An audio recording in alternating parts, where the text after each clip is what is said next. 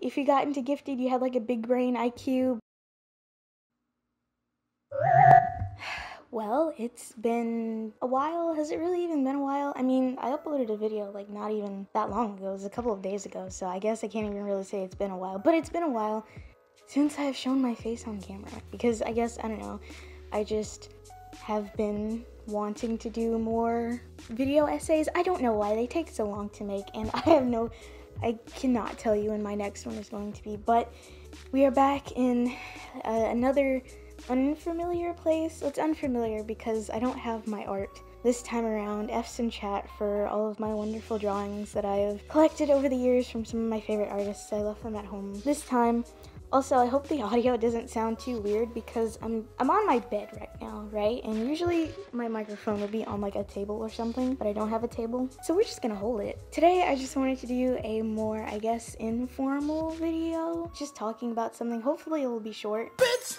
However, knowing me and how long I like to talk, it probably won't be. So today's video is going to be about my time in the gifted program from elementary school to middle school. So for those of you who aren't familiar with it, I'm not really sure how it works in the greater United States, but I can at least speak for the state of Alabama where I grew up. So when I was in the second grade, we had these yearly tests. They were standardized tests, I guess, to, measure where we are. I don't know, the school could get funding or something. I really don't know how they work. Every year we would take two tests. One of them was the SAT 10, which I think is the same, or it's maybe the same people who make the SAT for college, so like College Board. And then we had to take something called the ARNT, which is like a test specifically for Alabama in the second grade. Now, we might have taken this in the first grade too. I have no idea. It's been a while. But we also had to take this test called the OLSAT, which is the otis-lenon student ability test.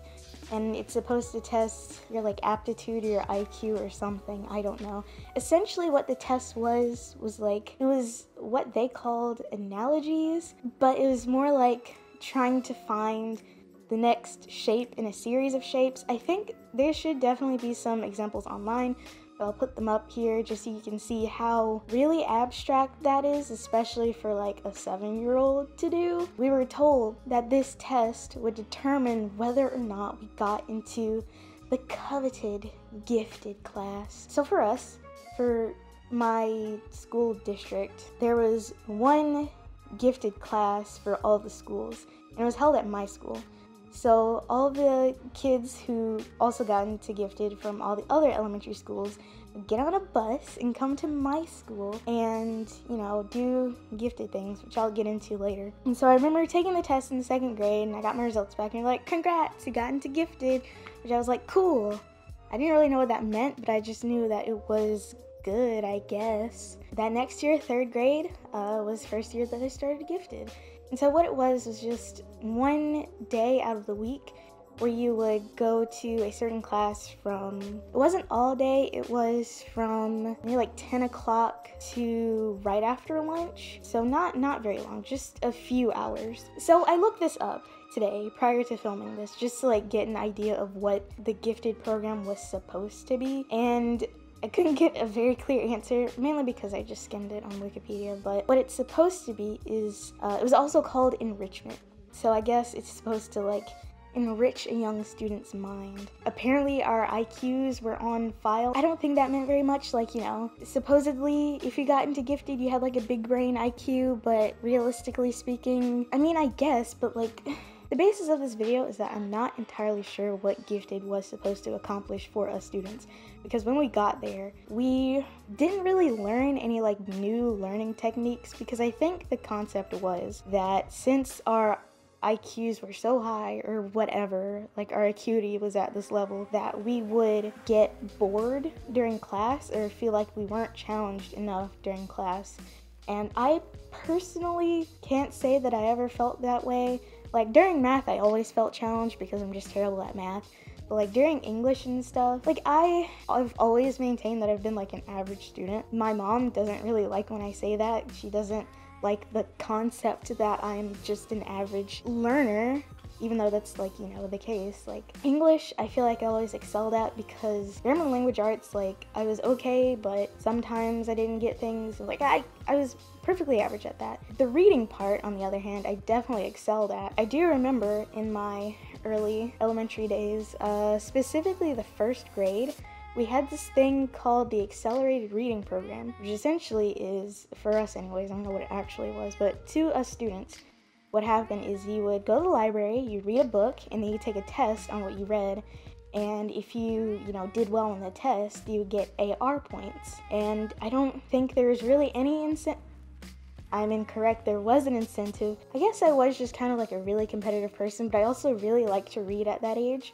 And my mom especially encouraged me to read books that were like on a level higher than I was. So when I was in the first grade, I was reading second grade books and doing the accelerated reading tests. And if you were, I think what had happened is if you were in the level below the book that you're taking the test on, you get extra points for it. Like our whole library at our school is like themed to like a castle, like a medieval European castle. And so in the first grade hall, there was this like, big castle made out of, construction paper that they put on the wall. And it had certain levels for like points. And you would get a little knight with your name on it. Once you took tests and got more points, you would go up on the castle. This is memories, but one time, it was me and this kid named Michael who were always going neck and neck, and eventually we got so many points we went up on the ceiling.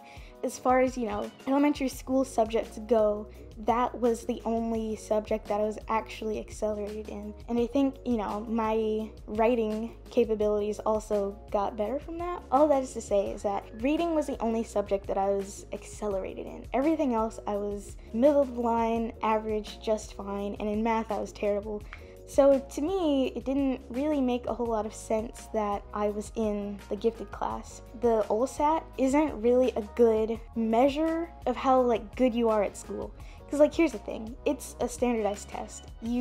Standardized test setting, you're sitting at this table for hours, filling in the bubbles, and there's a time limit. The teachers are walking around watching you, and some people don't do very well in that environment.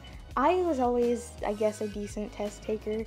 I never really got nervous when it came to taking tests, other than the fact that, most of the time, especially in middle and high school, I didn't really care the outcome of the test, so I just did okay. I never made much of an effort to study for things. So basically, you're taking this test with all of these really abstract analogies. Is that really a measure of how smart you are? I think that's what it's supposed to be, not really a measure of how good you are at subjects. And I think, it would be better if that kind of thing was a measure of, your well-roundedness, because I wasn't really a well-rounded student. I was only good at one thing, if we're being completely honest. Did I really belong here? We never went over material that we were learning in class. We never did math or science or really any of those subjects. In fact, I can't even really vividly remember any kind of academic thing that we did. I remember the critique from all the non-gifted kids was that all we did in that class was play games, which, it's kind of true. The big thing with our gifted class from elementary to middle school, because it stopped in high school, we always focused on playing Scrabble because, I don't know if it was the entire state of Alabama or just the central Alabama area, but there's this big Scrabble tournament that went on for students, and I never got to go to one because I'm terrible at Scrabble, and to this day it's not my favorite board game. I enjoy it, it's just there's a lot of pressure put onto you to get the best scores, and the way you were selected to go to the Scrabble tournament is that you had to play a bunch of Scrabble games against your classmates, and whoever had the best scores, they were tallied up at the end of the school year, and whoever had the highest scores, the top 5 highest scores, got to go to the tournament. And I was never in the top 5 or the top whatever. I was never in the top, so I never got to go to a Scrabble tournament. I'm not mad. It would have been nice to go just to see how it went, but I was never particularly good at Scrabble, which I think, again, not really a good metric of how good you are at other things.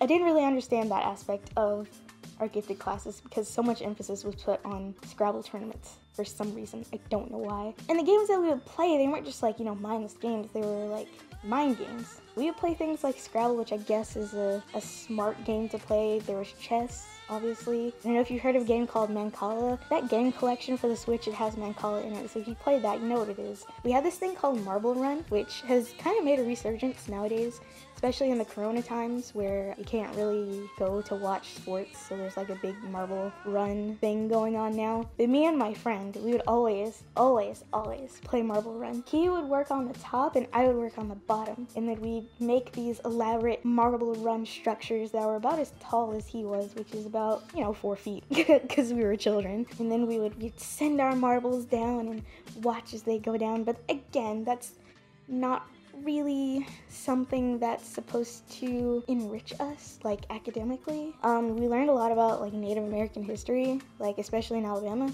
and I guess kind of Mississippi too, because they're sort of related. And there's this place in Alabama, I think it's close to Tuscaloosa, it's called Moundville, but it's basically this giant Indian burial site.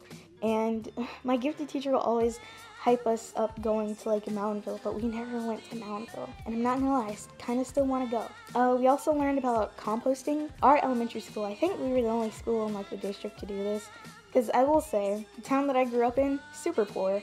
The elementary school that I went to, I think, was definitely better off than the other elementary schools, and only because it was in the white neighborhood. And I mean, I'm not really lying about that either, about it being in the white neighborhood, because it was, to my knowledge, the only integrated elementary school in a school district of like, what, less than 10, but like, less than 10, but more than 5 elementary schools is what we had. There's literally one elementary school in the entire school district, one integrated elementary school, and I went to it. And honestly, I think I was better and worse off for it, but I think that's a different video topic altogether, which is a really weird thing to say considering I went to elementary school from like, 2004, 2009? This wasn't in the 60s. I'm not 80 years old, Because we were more well off than the other elementary schools, because we were in the white neighborhood, we had like our own garden and our own like composting thing, and we had like this worm farm where like we had worms and we put like banana peels and stuff like that in the worm box, and the worms would turn into dirt. And we used that dirt to put in the garden because it was nice and fertilized. And we used the compost and stuff to put in the garden too. And the stuff that they grew in the garden, like bell peppers and cucumbers, tomatoes, all that kind of stuff, was used in the cafeteria, which I don't know if they still do that now. Now, this is pre-Michelle Obama days, so school lunches have definitely changed since I was in elementary school. And it's like a really nice learning experience for all the kids to learn like how to grow things and how to compost and how to have like a worm box, Like, not a lot of people do that, I don't think. Certainly not a lot of people where I'm from. Even though I'm kind of dogging my elementary school gifted days, there were some things that I learned that were definitely good. However, I'm wondering why this opportunity couldn't be extended to the other kids, because as far as I know, we didn't have to pay for gifted. We got in there because we did well on the test, so it wasn't a money thing. But like, I feel like there are other students who were just as good who could have gotten into the program and been exposed to those things. So I don't really understand. And so middle school is when things changed a little bit. So the way my middle school worked is that 6th grade, it was one school where all of the 5th graders from the public, well, not all of them, went to this one 6th grade, and all of those 6th graders went to this one school that was 7th and 8th grade. So middle school started in the 6th grade for us. It was a different teacher from my elementary school, but it was the same teacher throughout all of middle school, even though it was 2 different schools. This new gifted teacher, oh boy, my elementary school teacher, God bless that woman. I have no idea if she's still alive, I'm not gonna lie, but God bless that woman. She was the nicest lady you could ever meet. Honestly, the type of person you should get to teach elementary school. She was just a nice older lady. My middle school teacher, on the other hand, we butted heads, I'll just say that. But me and her, we didn't get along. She was in her 40s and didn't have any kids, and she liked to tell us that the reason she didn't have any kids was because of us. So in this class, we continued the Scrabble tradition, I guess. 6th grade is really murky for me because that was literally 1 year, and I generally just can't remember a whole lot from that year. So 7th and 8th grade year, she was our homeroom teacher in the 7th grade. So like, we had homeroom, and then first period was geography. It wasn't regular social studies, it wasn't like history, but it was like geography and civics. When we were in her regular class, like, her disdain for the entire setup really came out. Aside from like the whole regular stuff that she taught us, I still didn't really see the point of gifted, even at that point. Because like, what were we learning that was supposed to help us out in school, like in regular school? There wasn't really a whole lot there. This lady who didn't get along with her, she, for some reason, I have no idea why she did this other than to be mean, but again, our IQs or something were like in our file. The technical term for it is an IEP, which is a individualized educational plan, but we had IEPs, and also the special ed kids also had IEPs. I think at that point it was revealed to us that gifted was also just like a different version of special ed, but instead of being below where we're supposed to be academically, we're above where we're supposed to be academically. Like, none of us really knew that up until that point. But all of that is to say that that teacher, for whatever reason, again, I don't really know, I think she was just being mean, but she revealed to the entire class that I had the lowest IQ in all of the class, which, I mean, okay, I think we've all kind of, well, I don't know about at that time, but present day, I think we've established that that doesn't really matter. Like, I was still in there. It doesn't really matter if mine's the lowest or the highest. I'm still among the rest of them. So, like, what is your point? Like, she definitely was only saying that just to be mean. So I do remember, like, it was revealed to us at some point, either 6th grade or 7th and 8th grade, that we wouldn't be getting gifted in high school, and I always wondered why. Other folks are in gifted. I'd like to know if that's the case for you too. Like, it was done in elementary school, right, and middle school, but not high school, and I feel like that's such a disservice to us, because I feel like high school is the place where we could have benefited the most from it, because at that point, we're getting ready to go to college and getting ready to, like, live our lives, or whatever they like to say, live in the real world, which is still a phrase that I hate to this day, even though I am about to graduate and quote-unquote live in the real world. You know, I feel like we could have gotten some kind of assistance on, like, you know, choosing the right major and figuring out what jobs are best for us, because I do remember in the 8th grade, there were these two girls who were former gifted students who came to our class because they went to the University of Alabama and talked to us about, you know, what it was like being in college. That was basically the only gifted-centric college prep that we got. Our school liked to pretend that we were, you know, that they were preparing us for college, but what they were really doing was preparing us to do well on the ACT, which, I mean, you know, in this post-corona world, it's seeming like, you know, a lot of universities aren't requiring you to take the ACT anymore, so it's like, what's the point? Having gifted or having something like gifted in high school, I think, you know, could really benefit us, because we could, you know, it could help us to learn how to study, because to this day, not really sure what studying is. Studying to me feels like an abstract concept, because I mean, when you hear like, oh, I need to study for something, it's just like reading a textbook or reading over the notes that I took, and it's like, if I wrote it down, and I remember it, so that's kind of useless. And to this day, even though I'm like however many months from graduating, I don't really study for things. There have been some times I've definitely had to go over material so that I don't fail a test. I don't think I was ever taught how to like properly study. I feel like I could have definitely, you know, benefited from ways to study, or like time management or something like that, but we never got that, because we didn't get gifted in high school. After all these years, I'm wondering, what was the point of all of that? Because there are these memes, you know, going around like, if you weren't gifted as a kid, you have anxiety now. And like, I don't have anxiety. I mean, I've never been diagnosed with it. I'm not gonna be one of those ooh anxiety girls and say like I do, because that's likely not the case. And I think being a gifted kid also puts a lot of really unnecessary pressure on you, because, you know, you're gifted, you're supposed to be above the rest, you're supposed to be better than everyone else and everything. Obviously they didn't tell us that. That's the mindset that you get as a gifted kid. And being that I was like basically worse than everybody in math, I really don't know how I got into like advanced math classes, because like the way that it worked from middle to high school, I think if you took pre-algebra in like the 8th grade, you can go on to the 9th grade and take geometry, which was supposed to be the 10th grade kids, because you took pre-algebra in the 9th grade. If you're on the regular track, it's complicated, but I ended up taking like calculus in my senior year, which is wild. I had no business being in that class, because the only reason I passed pre-calculus is because I cheated on the test. The person who gave me the answers came in clutch. Big ups to them. I did end up dropping that class when I was in high school, and I always ended up doing, not terribly, but not as best as I could be on the math portion of the ACT, because my strat for the math portion of the ACT was just to mark an answer and move on. If I didn't know how to do it, if I couldn't figure out off the top of my head how to do it, I marked it and move on, because again, time constraints.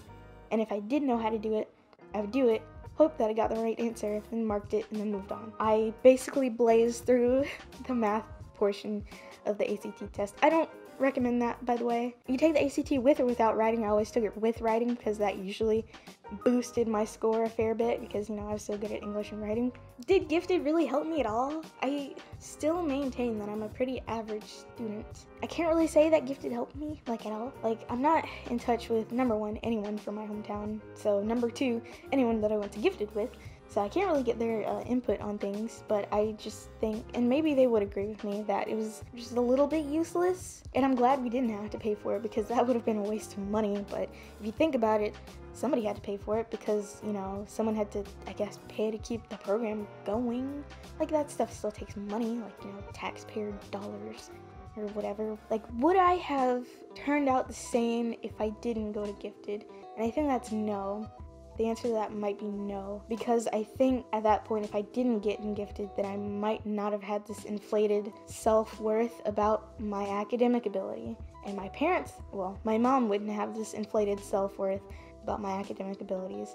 And I just would have went on being, you know, good at English and good at reading and terrible at math and okay at everything else. And I would have known where I stood instead of thinking that I was above everybody else. Because, okay, I didn't think, you know, oh, I'm better than everyone because I'm in Gifted and you're not. Okay, I will say this, especially in middle and high school, there were obviously, you know, honors classes, and I got into honors classes not because I was in Gifted, but because of, like, my non-gifted academic ability. And most of the people who were in honors classes, because they were always full, aren't in Gifted. There's this very small percentage of us who were in Gifted, period.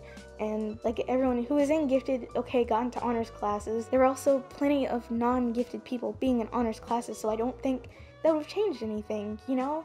I think it just affected how I see myself and not really affected my actual intelligence or how well I do at subjects or even the classes that I got in or, you know, how I did on the ACT or any of that. It just, I don't want to say Gifted was to my detriment, but also, now that I just said all of that, I feel like I might have been better off if I wasn't in it. I guess the one positive thing about Gifted is that when I went from my elementary school to my middle school, I had some, I don't even call them friends because we weren't like friends, but I knew some people already. Because, again, the elementary school that I went to was the only integrated school because it was in the white neighborhood. And there was a healthy mix of white, black, and other type of students too, because, you know, in elementary school there was this girl who was like from Japan, who was in my class, and there's this other girl who was from India who was in my class. We had plenty of Hispanic students too, and we also had plenty of mixed race students. So I think it was definitely a healthy mix of different types of people. But then I went to middle school, and the only white person who went to school with me was from my elementary school, and she did not move on with us to the 7th grade. So yeah, that definitely helped out, because, you know, I knew people. Like, alright, some people from my elementary school, the black kids, and that one white girl, did come with me to my middle school, but I was definitely better acquainted with black people in my gifted program than not in my gifted program, even though I only saw them like once a week. And then, you know, I ended up seeing them every day when I ended up going to middle school. So I think that might have been the only positive outcome from Gifted, is that I wasn't 100% alone when I changed schools from elementary to middle school. Now I wish I could say like, oh, I made lifelong friendships, but again, like, I lost touch with everybody I went to school with, which is my fault. That was a conscious thing for one reason or another. I don't really know why I did that. I mean, one of the reasons why I did that is because one of them asked to see me butt naked, and I didn't like that, so I have a video on that. That guy from that video that I'll put right here, he went to Gifted with me, actually, where I met him in the 3rd grade. Didn't know that he would be the one causing me so much internal turmoil so far down the line, but butterfly effect things. I think that'll be it for this video. I don't really have a whole lot more to talk about. I would very much like to hear from other gifted students in Alabama, in the rest of the United States, I really don't know how it works. Really, even in other states, other school districts, other counties in Alabama, it could be completely different. Maybe you actually did something outside of, you know, central Alabama. They actually like taught you stuff. Could you imagine that, being taught something and gifted? Oh my goodness. Maybe in other states, maybe they did the same, maybe they did it differently. I really don't know, because I can't say, because I can't say that I've met a single other gifted student outside of the ones that I went to gifted to. So I really like to hear from you ex-gifted folks. Did it continue into high school for you? What grade did it start for you? You know, what were your experiences with it? Do you feel the same way about it? Do you feel differently? You know, am I just bitter that I never got to go to a Scrabble tournament? I'd like to know. So that's gonna be it for this video. Hopefully next time we'll figure something out where I'm not holding the mic. I hope it's not too shaky sounding, because if it is, I will cry. Twitter, Ko-fi, Twitch. I actually streamed on Twitch earlier today. It went terribly because my internet kept going out. So hopefully I'll have it fixed for next time. But until then, what's your favorite move in Scrabble?